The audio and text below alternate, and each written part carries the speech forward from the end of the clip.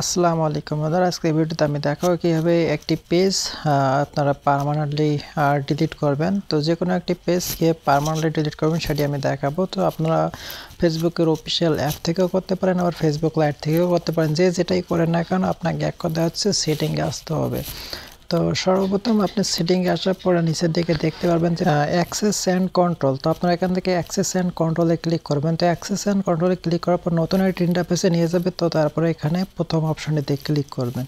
তো প্রথম অপশনটিতে ক্লিক করার পর এখানে দুইটা ভাগে বিভক্ত, একটা হচ্ছে ডিঅ্যাক্টিভ, একটা হচ্ছে ডিলিট পেজ।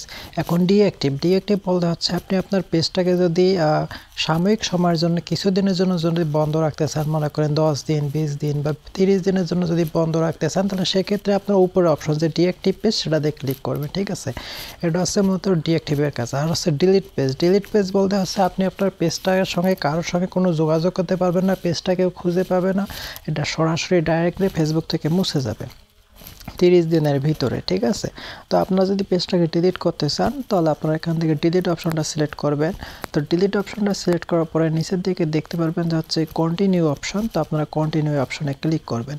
তার আগে আবারও বলে রাখি, আপনারা পেজটাকে যদি ডিঅ্যাক্টিভেট করতে চান, ডিঅ্যাক্টিভেট করতে পারলে আপনার অন্যের সঙ্গে যোগাযোগ করতে পারেন। আবার ডিলিট করতে চাইলে ডিলিটে ক্লিক করে তারপর হচ্ছে কন্টিনিউ অপশনে ক্লিক করবেন। এখানেও বিভিন্ন রকম অপশন দেখাবে, তো এখানে কোথাও ক্লিক করার দরকার নেই, শুধু কন্টিনিউ ক্লিক করবেন।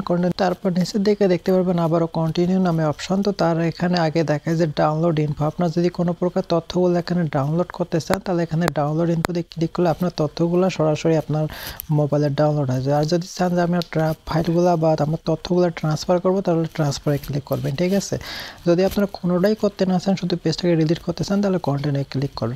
তো কন্টিনিউ ক্লিক করার পর এখানে হচ্ছে আপনার মূলত যে এই পেজটা ক্রিয়েট করছেন, মেইন যে আইডি, আপনার মূলত যে মেইন আইডিটা রয়েছে, মেইন আইডির আন্ডারে যে পেজটা খুলছেন, তো মেইন আইডিটার যে পাসওয়ার্ড ছিল সেই পাসওয়ার্ডটা এখানে বসাই দিতে হবে।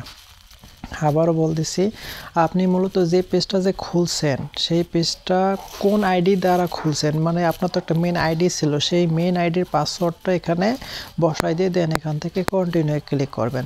তো আমি আমার মেন আইডির পাসওয়ার্ডটি বসিয়ে দেন কন্টিনিউ ক্লিক করলাম। তো তারপর আমাকে অন্য একটি ইন্টারফেসে নিয়ে যাবে। তো আপনারা একটু অপেক্ষা করুন, যাদের নেট স্পিড ভালো তাদের একটু দ্রুত কাজ করে। তো তারপর আবারও এখানে কন্টিনিউ অপশনে ক্লিক করবেন। ঠিক আছে, তো এখানে দেখাচ্ছে যে ডিলিট ইটিআরবি পেজ।